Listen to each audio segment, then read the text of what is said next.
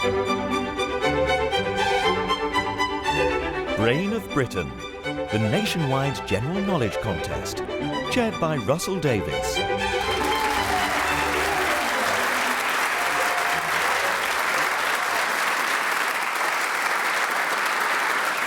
Thank you. Hello and welcome to the second of our 4 semi-finals in the 2018 tournament from the Radio Theatre in London. Observant listeners will have noticed that some of the runners-up in Brain of Britain end up scoring more points than the winners of other heats, which is why we have our repechage system that catches those non-winners with the highest scores in our safety net and brings them back to compete at the semi-final stage. Our semi-finalists comprise the 12 heat winners and the 4 best scorers otherwise. Let's meet today's contenders once again. Hi, I'm Colin Daffern. I'm an NHS data analyst from Salford. Hi, I'm AMIT from Putney in London, and I work in finance. Hello, I'm Tim Footman. I'm a freelance editor from South London. Hello, I'm Brian Thompson, and I'm a retired teacher from Liverpool.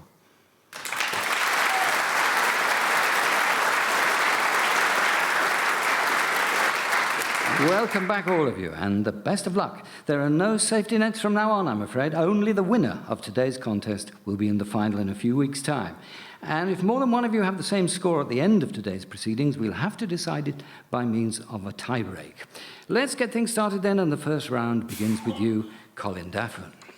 Following the resignation of former President Jacob Zuma, who took over in February 2018 as President of South Africa? Cyril Ramaphosa. Yes, President of the ANC since December 2017. Scientists Ben Corson and Roger Stoughton gave their names to what agent of crowd control? Tear gas. No. Tim Footman? Taser? No. Brian Thompson? CS gas. Yes, that's the important part because they are Corson and Stoughton, and that's where the CS comes from. It was discovered in 1928. Amit Day. Prendergast was the original surname of which British composer of film music who died in January 2011?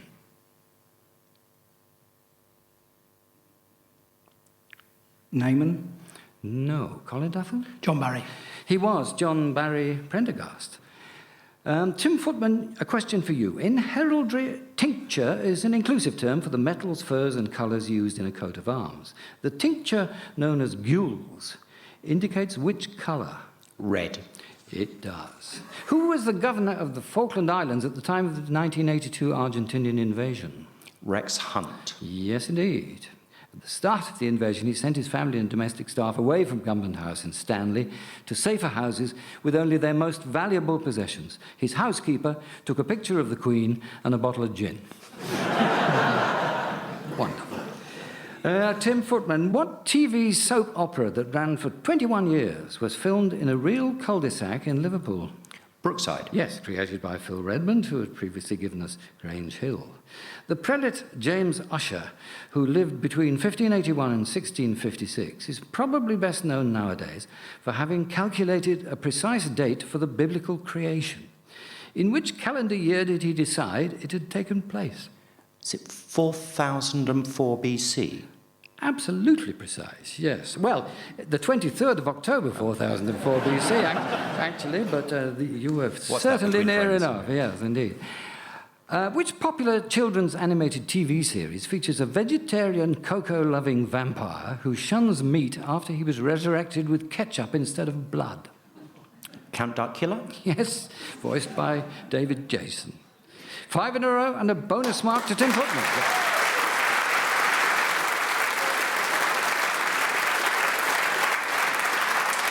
A very splendid way to start. Brian Thompson, it's your question. Sir Ralph Richardson's last film was a 1984 Paul McCartney project in which McCartney, his wife Linda, and Ringo Starr all appeared as themselves. What was the film called? Give my regards to Broad Street. Exactly, yes. It wasn't warmly received by critics, but the soundtrack sold well, as well it might. Which traditional English folk song begins with the lines, and I'll read this in neutral BBC tones, "Come hear me, little Jackie, now I've smoked me baccy"? When the boat comes in? Yes, Dance to the Daddy. I wasn't going to say, "Come here, me little Jackie, now I've smoked me baccy." It was used as a theme song for the 1970s BBC drama series, also called When the Boat Comes In, and it was sung by Alex Glasgow at the time. Which European capital city provides the title of an award-winning play by Michael Frayn that is based upon a conversation that took place in 1941 between the physicist Niels Bohr and his former assistant, Werner Heisenberg? Copenhagen. Yes. Which literary character shares his nom de guerre with the plant whose Latin name is Anagallis arvensis? Sir Percy Blakeney.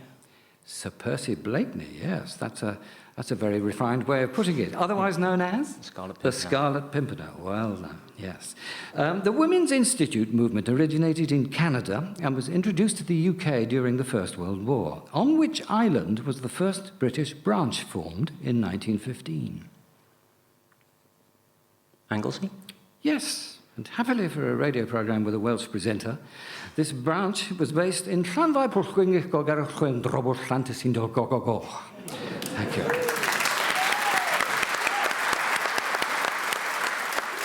This is one of the very few place names that has that effect on people. Thank you very much. The one thing I forgot to say, that's 5 in a row and a bonus mark to Brian Thompson as well.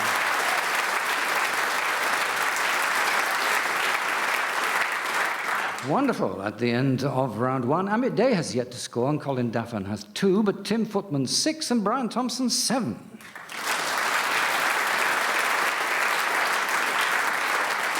OK, Colin Daffern won't be put off by that as we come back to him. Which famous Hollywood sound effect was reputedly created by overlaying a human yodel with the bleat of a camel, the howl of a hyena, the growl of a dog, and a violin?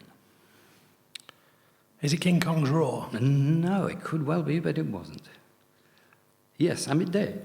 Chewbacca's voice. No, Tim Footman. Tarzan, the yell. Tarzan's yell, yes, when Tarzan was played by Johnny Weissmuller, that's right.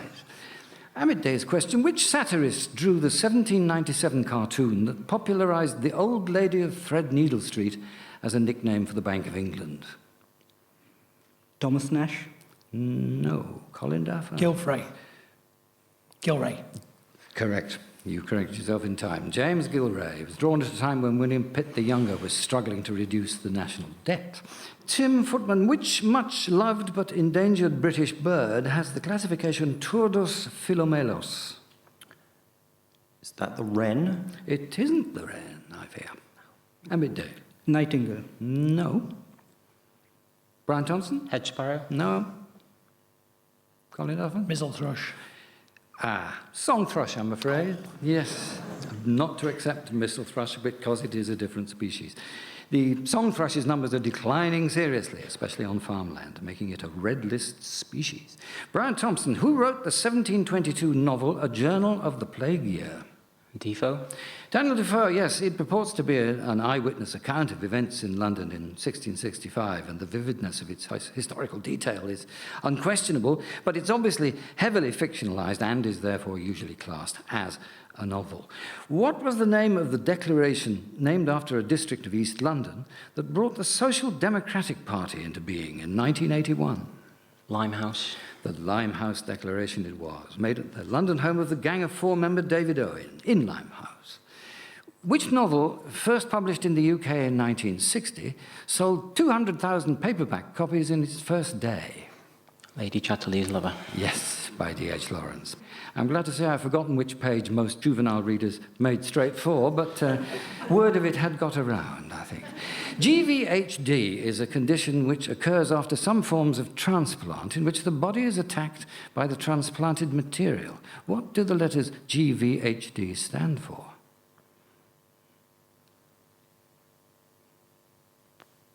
Grand ventricular hormone disorder. A wonderful invention. It should be patented at once and sold in all hospitals. But no, it's not that. Any more guesses? No?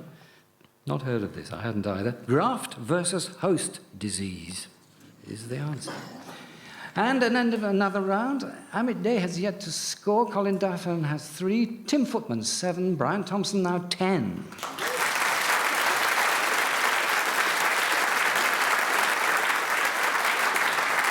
And it's time for the first musical extract of today's programme for Colin Daffern. 20 years ago in 1998, this French pop duo made a substantial impact on the British charts with their album Moon Safari.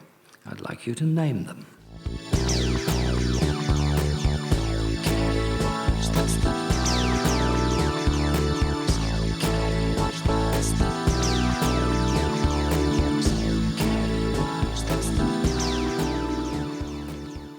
Air.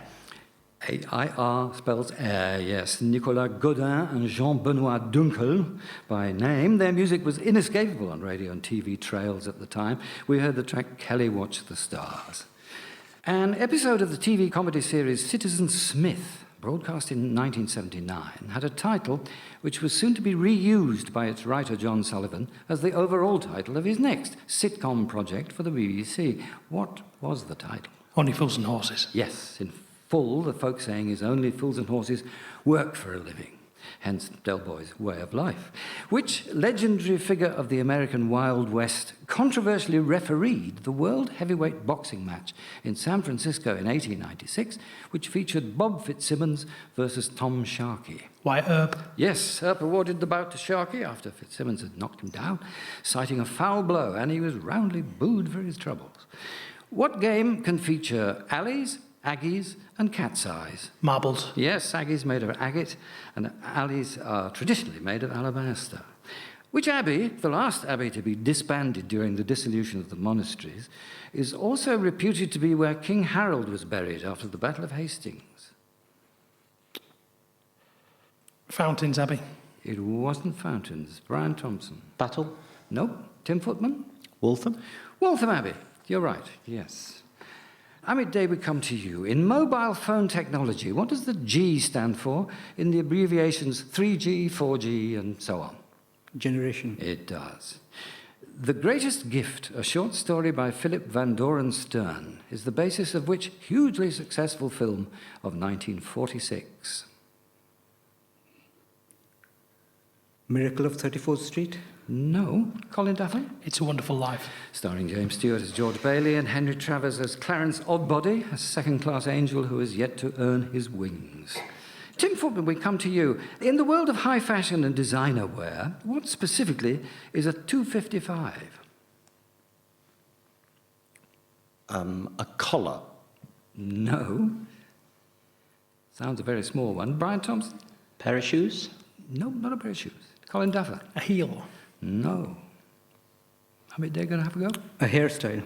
No, it's not. It's a Chanel handbag. A quilted gold-chained leather handbag. You can see it already. That Coco Chanel named after the date of its creation, February 1955. Brian Thompson, your turn now. A Question of Upbringing in 1951 and Hearing Secret Harmonies in 1975 are the first and last books of which major 12-novel sequence, named after a painting by Nicolas Poussin. Dance to the Music of Time. By Anthony Powell, yes. The islands of Lampedusa and Linosa belong to which Mediterranean island group situated between Tunisia and Malta? Sorry, don't know. Sorry. Right. This isn't ringing any bells. Colin Daffer? The Azores. No, not the Azores. Not going to come, is it? I think, no. The Pelagian Islands, Isole Pelagie. The group consists of the islands of Lampedusa and Linosa and the islet of Lampione. And end of another round. Amit Day has now scored 1, Tim Footman 8, Colin Daffern 8, Brian Thompson 11.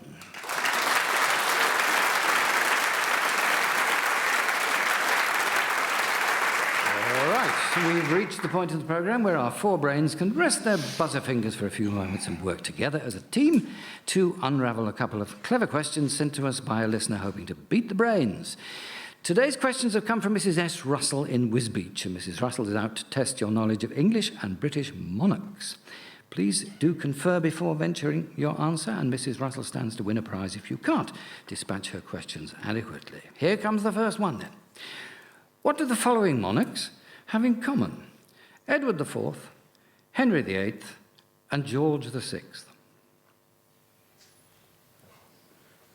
Did they succeed their brothers? Sorry, did they succeed their brothers? No, Henry VIII didn't. Well, he did. No. think were they the younger brothers of who was supposed to be the king? Yes, Yeah. that's it. They were the younger brothers of the heir apparent. They weren't. They weren't, I'm afraid. There was an older brother who. No. Nothing to do with brothers, I'm sorry, no. What it was, they all had a daughter named Elizabeth who became Queen of England. Two of them queens in their own right, of course, rather than as consorts. Edward IV's firstborn daughter, Elizabeth of York, became Queen Consort to Henry VII. All right, on a related theme, here's Mrs. Russell's second question. What do the following historical characters have in common? The Black Prince, son of Edward III, Arthur, son of Henry VII, and Henry, son of James I of England. Were they all Prince of Wales who didn't? Become king.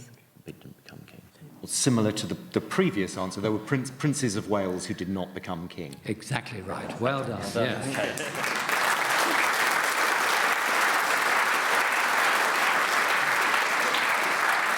And not the only ones either. We've missed out Frederick Louis, the son of George II, who was Prince of Wales for 22 years before he predeceased his father, the king. But that is the connection Mrs. Russell had in mind, nevertheless.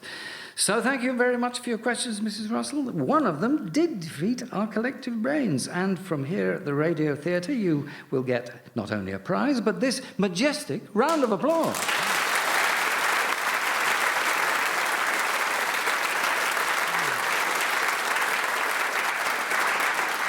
We'd love you to keep sending us your question ideas for this part of the programme. Any we receive now will be stored carefully and given due consideration when we're preparing the 2019 series.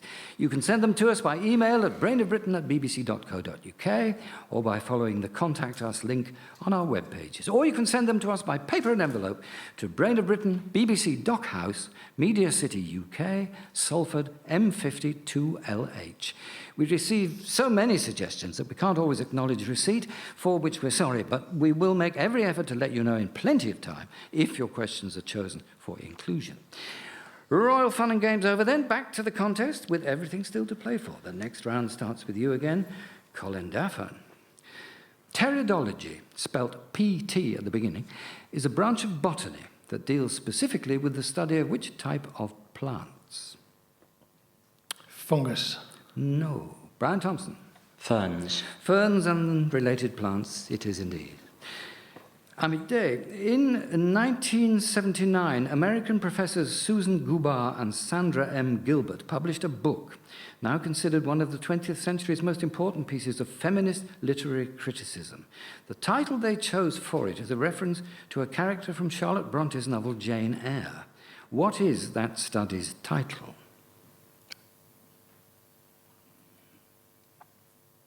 Martha? No. Tim Footman? The Mad Woman in the Attic. Yes, a title referring to Bertha Mason, Mr. Rochester's wife.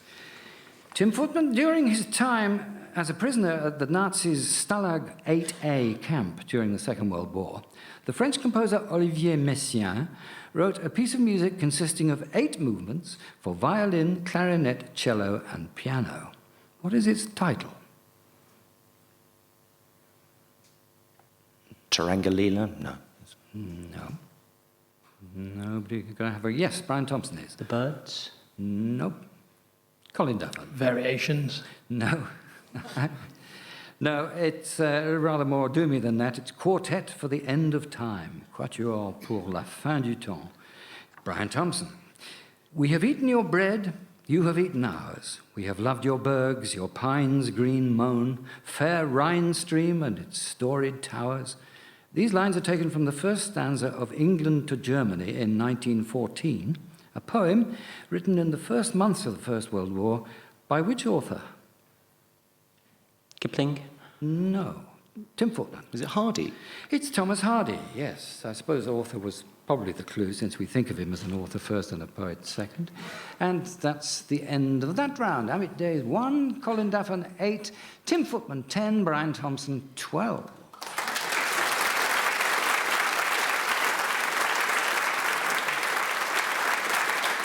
Oh, close enough. Colin Daffern. Which tourist attraction would you be visiting if you were to come across the House of the Black Salon, the House of the Skeleton, and the House of the Wooden Screen?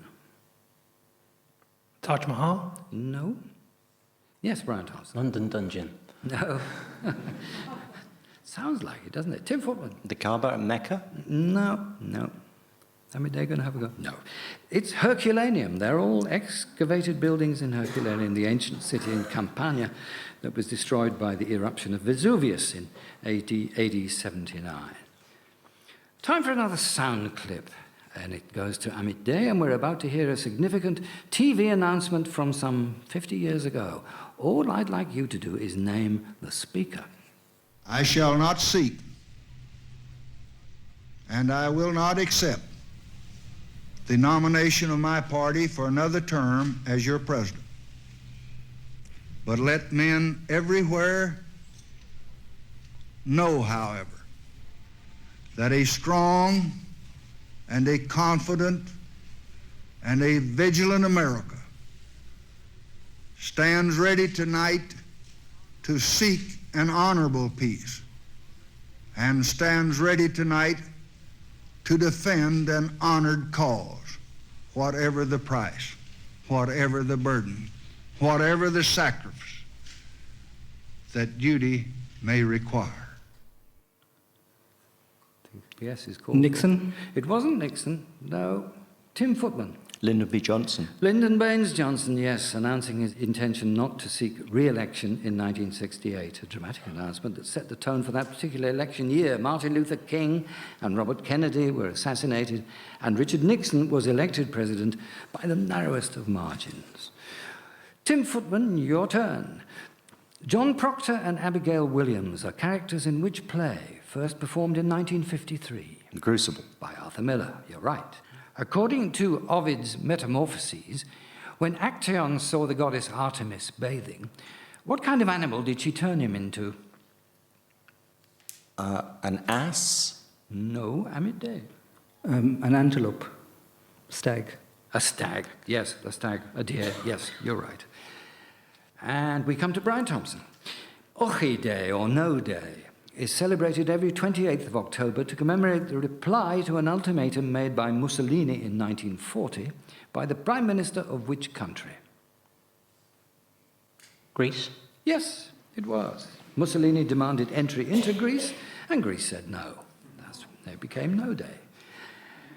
Joseph Conrad's book Youth, A Narrative and Two Other Stories was first published in 1902. As its title suggests, it contains the novella Youth and Two Other Stories by Conrad.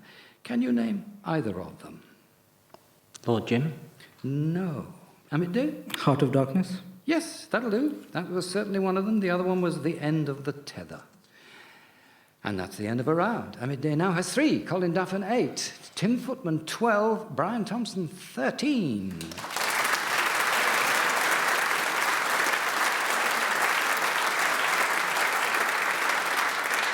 And wouldn't you know it, this has to be the final round, gentlemen. So, Colin Daffern.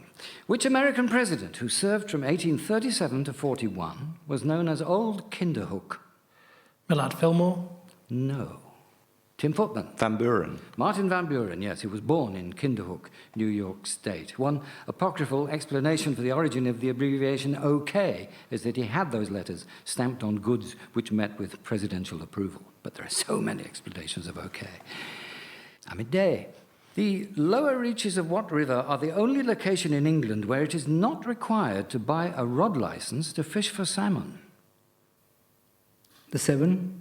No. Brian Thompson? Thames. No. Colin Daffern? Tay. No. Tim Footman? The Y. No. Oddly enough, it's the Tweed. Tweed water, the section that forms the English-Scottish border. Very strict restrictions on the other side of the water, but apparently not on the English side. Tim Footman. The Church of the Multiplication on the shores of the Sea of Galilee commemorates which biblical event? The Baptism of Jesus by John the Baptist. It wasn't that. No, Brian Thompson. Feeding of the 5,000. Yes, the miracle of the loaves and fishes, alias the feeding of the 5,000. It's your turn for a musical extract. Brian Thompson. There have been many recordings over the years of W.C. Handy's St. Louis Blues, not least by the great Satchmo, Louis Armstrong. Which British artist performs that number here? I'm going back to St. Louis. Going back to St. Louis. I'm going back to St. Louis. I'm going back to St. Louis. Going back to St. Louis. Bring my woman back home. I'm going back to St. Louis. Going back to St. Louis. Going back to St. Louis. I'm going back to St. Louis. I'm going back to St. Louis. Bring my woman back home. Bring my woman back home. Back home.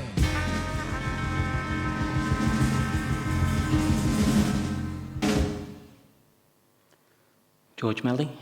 Well done. Yes, shouting rather than singing the blues towards the end there was George Melly, accompanied, as so often, by John Chilton's Feet Warmers. The 1848 Public Health Act and the 1847 10 Hours Act, restricting the length of the working day, were major achievements of the government of which British Prime Minister? Russell. Lord John Russell. Lord John Russell, later the first Earl Russell, yes indeed. But his overall legacy is much more negative, dominated as it was by his government's failure to act over the Irish famine. The War of Don Emanuel's Nether Parts is the first novel by a British author who went on to gain major fame for his fourth novel, which was made into a 2001 film starring Nicolas Cage and Penelope Cruz. Which author? Elmore Leonard.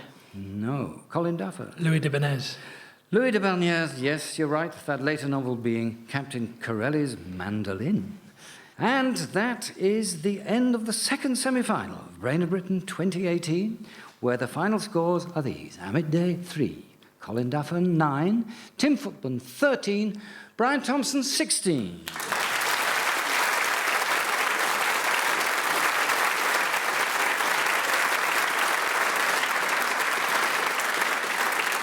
Meaning that it is Brian Thompson whom we'll be meeting one more time in the final, right here in the Radio Theatre 3 weeks from now. Very well done, the other three. Thank you for your most entertaining and hard-fought contribution to this long series. 2 places remain in the final, and 2 semi-finals remain to decide them. Join us again next week. Until then, goodbye.